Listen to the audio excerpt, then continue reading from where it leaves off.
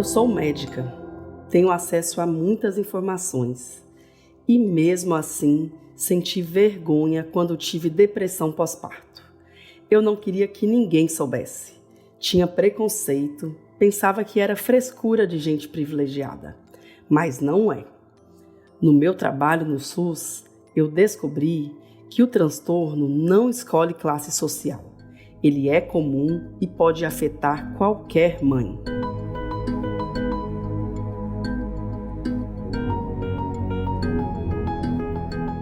Thaís Bastos, assim como muitas mães, tinha vergonha em dividir o turbilhão de emoções que sentiu depois de dar à luz aos seus filhos.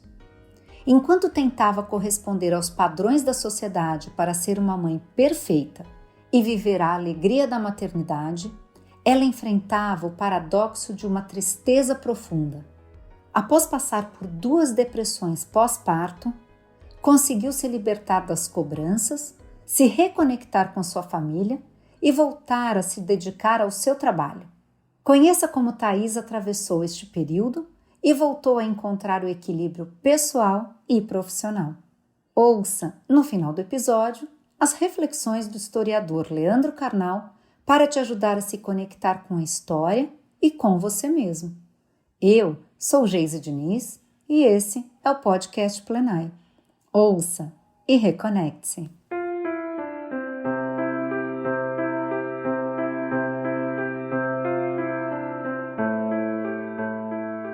A minha primeira filha foi uma criança que eu e meu marido desejamos muito.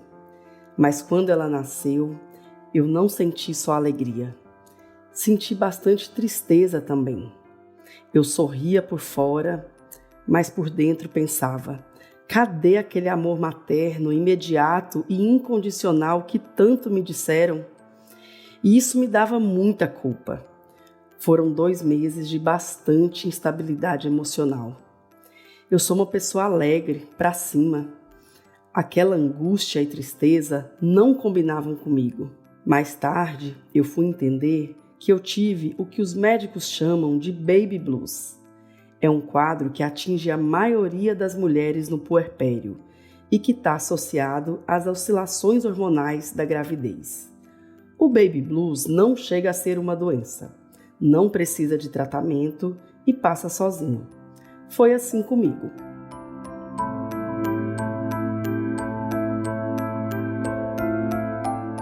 Eu voltei a ser uma pessoa solar, só que eu virei uma mãe neurótica. Eu não tinha interesse em quase nada que não fosse a minha filha. Eu sou oftalmologista e organizei a minha agenda em função dos horários dela. A minha meta era trabalhar o mínimo possível para poder estar presente para ela em qualquer ocasião. Se ela espirrasse, eu tinha que estar do lado. Se ela saísse da escola às 11h30, às 11h eu já tinha que estar de plantão, soltando foguete.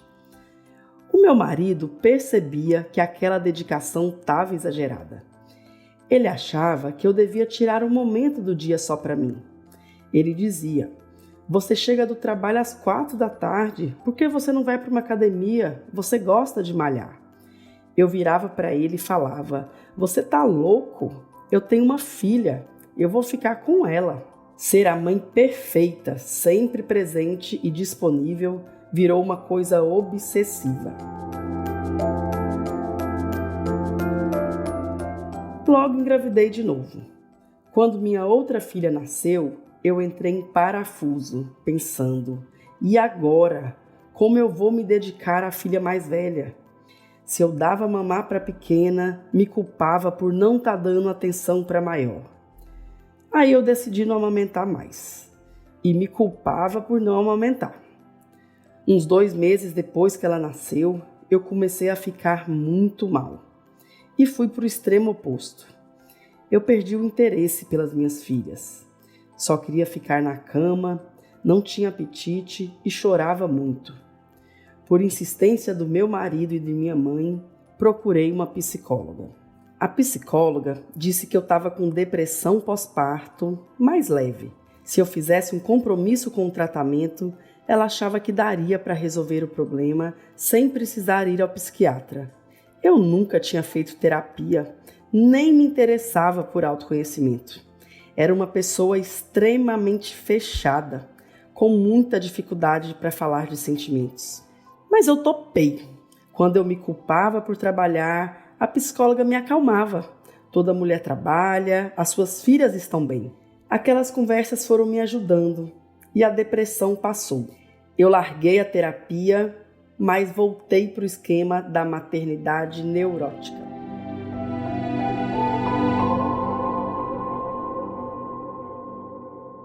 Quando a mais velha estava com 7 anos e a menor com 5, eu engravidei novamente.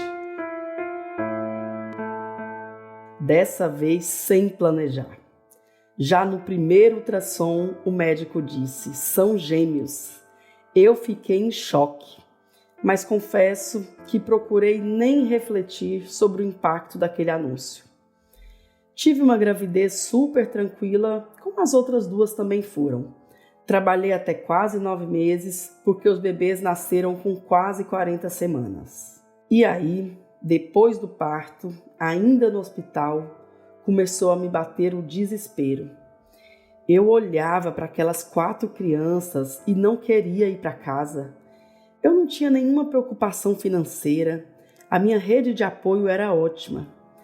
Mas mesmo assim, eu fui entrando numa paranoia, que só aumentou nos 5 meses seguintes. Se os bebês estivessem dormindo, eu queria dar atenção para as mais velhas. Se estava todo mundo dormindo, eu queria estudar para o meu trabalho. Eu não me sentia no direito de descansar. Chorava muito, sentia muita culpa o tempo todo. Não conseguia dormir, não tinha fome. Emagreci bastante. A minha mente foi entrando em curto-circuito. Eu tinha vergonha de ser mãe de 4 crianças. Achava que nenhuma pessoa bem-sucedida podia ter tantos filhos.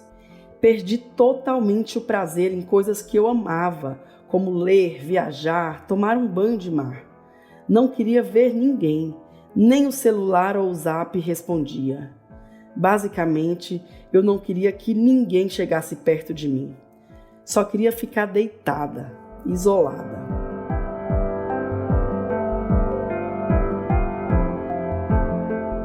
Como se não bastasse, eu comecei a me sentir uma péssima oftalmologista, por não me dedicar tanto como antes, e quis parar de trabalhar. Tudo era catastrofizante, tudo era desesperador. É como se eu estivesse num transe, não escutava ninguém. Eu queria acreditar que conseguiria cuidar de 4 crianças, trabalhar e ter uma vida normal, mas eu não tinha esperança disso acontecer.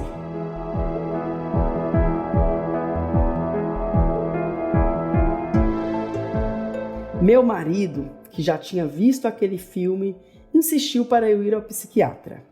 Eu não queria, porque não acreditava que eu pudesse sair do fundo do poço. Mas o meu estado de apatia era tão profundo que eu não tinha reação. Ele marcou a consulta com o médico, foi comigo e falou muito mais do que eu. O psiquiatra não demorou para dar o diagnóstico. Ele disse: isso é depressão pós-parto, não é frescura e é muito comum. Algumas mulheres têm predisposição genética à depressão. E o pós-parto funciona como um gatilho. Isso é tão simples de tratar. Eu tenho a receita do bolo. Você quer ficar boa? Eu nem respondi. O médico prescreveu o remédio e o meu marido já foi logo comprando na farmácia. Eu passei um bom tempo me boicotando. Falava que tinha tomado a medicação, mas não tinha. Até que um dia, numa crise de tristeza e desespero, eu percebi que eu estava afetando todos à minha volta, que eu estava jogando para o alto uma linda história de amor que gerou uma família tão grande e tão linda. Eu entendi que eu estava destruindo não só a mim, e eu até queria me destruir, mas eu estava destruindo a vida das crianças. E aí eu decidi dar uma chance. Por 15 dias eu tomei o remédio certinho. A primeira semana foi desesperadora, porque eu não via melhora. O psiquiatra insistiu para eu continuar tentando. E aí, 2 semanas depois, parece mágica. Eu acordei um dia sem sentir aquele desespero que me dominava todas as manhãs. Eu fui ganhando força para lidar com a rotina. Viver foi deixando de ser tão difícil.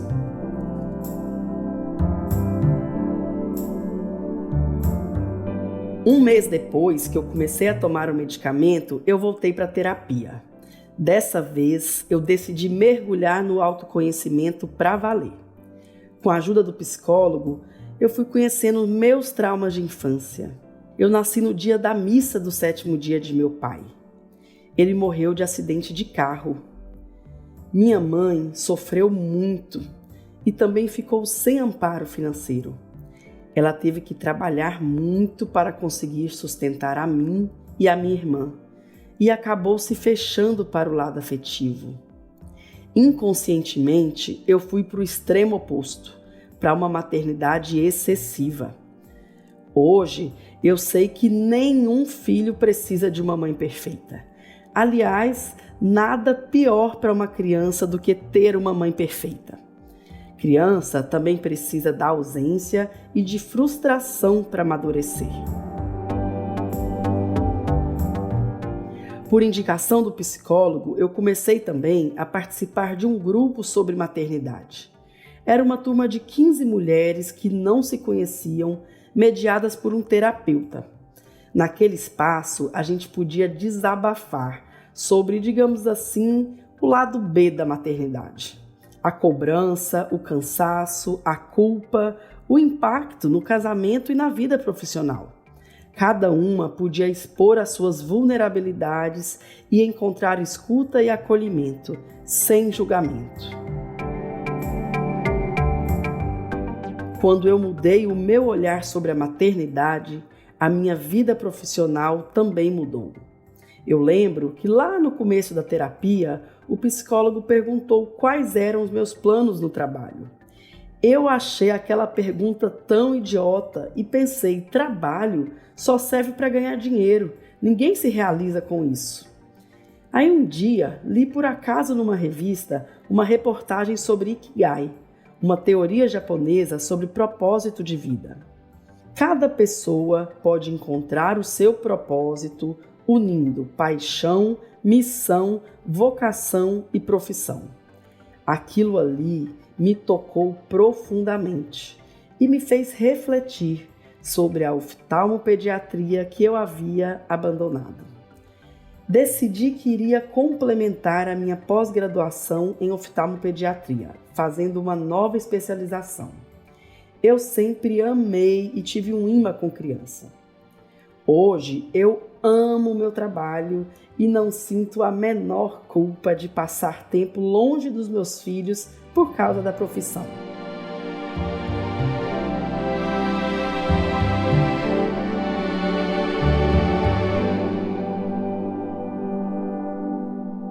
Como oftalmopediatra, eu tenho contato com mães e bebês e vejo muito o tal do baby blues. Eu observo que as mães que conseguem falar sobre os sentimentos passam por esse período com mais facilidade. E isso vale para pessoas de qualquer classe social e econômica. Falar ajuda muito. Os profissionais de saúde precisam ter um olhar para a condição psicológica das pacientes. Quando os meus filhos gêmeos nasceram, eu tive vergonha de expor a minha frustração para o meu marido, para minha mãe ou para qualquer pessoa. Aí eu mandei uma mensagem para a pediatra dos gêmeos porque eu não tinha coragem de falar ao vivo. Ela só respondeu assim: acontece, se você estiver muito mal, vai no psicólogo. Faltou muita sensibilidade a ela.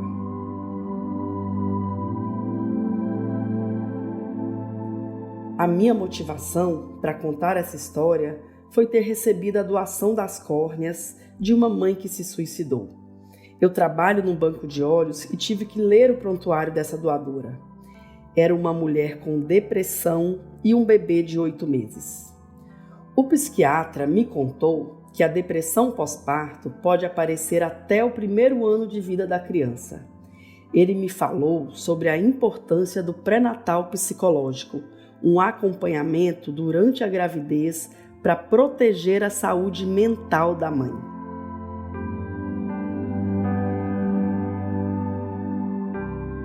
Eu aproveitei a gravação desse podcast para conversar com a minha família sobre o que a gente viveu. Esse assunto era um tabu. A minha segunda filha ficou surpresa. Mãe, você teve depressão? Eu confirmei. Aí ela falou, que bom que agora eu sei disso. Você ficou muito estranha naquela época. Eu tinha medo de você. Outra filha, hoje com 4 anos, recentemente pegou no meu seio e falou, esse peito não tinha leite, né, mãe? Só tinha amor. Minha irmã me explicou que quando a mamãe está muito triste e preocupada, não tem leite.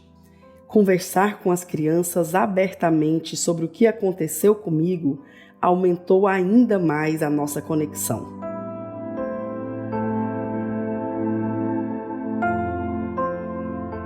Até o nascimento dos gêmeos, eu achava que ser mãe era se anular em nome dos filhos.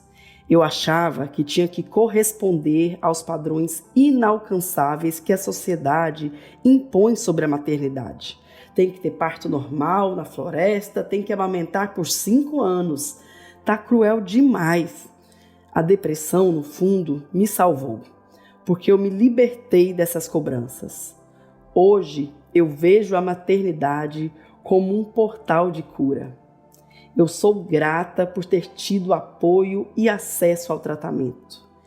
Eu sou grata por poder viver a bênção de ter o meu trevo de 4 filhos por inteiro.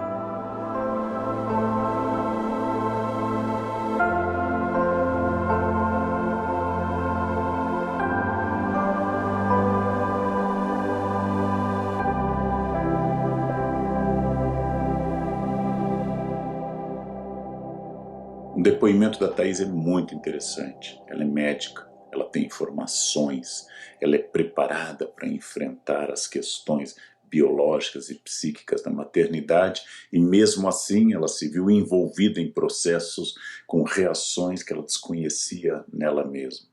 Por um lado, uma excessiva dedicação à maternidade, por um lado, uma quase obsessão em ser uma mãe perfeita, e depois a experiência da depressão pós-parto.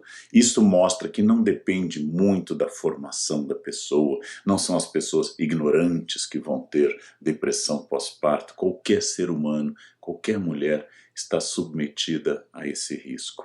Uma das coisas que pode ajudar a superar essa expectativa excessiva é não comprar aquele modelo de que ser mãe é tudo, você vai ser feliz o tempo todo, e se você não for perfeita, isso vai ser o caos. É preciso incorporar a imperfeição, saber que você vai amar seu filho, vai ser um ser especialíssimo na sua vida, mas você continuará sendo uma mulher, uma profissional e tem direitos a ter alguns momentos em que você não queira estar 100% do tempo com seu filho. Isso é saudável querer de vez em quando algum afastamento, cumprir suas funções de cuidado, de alimentação, de defesa de uma criança, mas também saber que a criança precisa de um espaço e você precisa de um espaço. Não há problema em de vez em quando não ser uma mãe perfeita e não incorporar essa ideia falsa de que a maternidade é um mar de rosas, uma felicidade total e a negação de um ser humano, a mulher, para que ela seja a mãe ideal, a mãe dos sonhos. Isso é falso e pode ajudar a provocar uma depressão muito grande.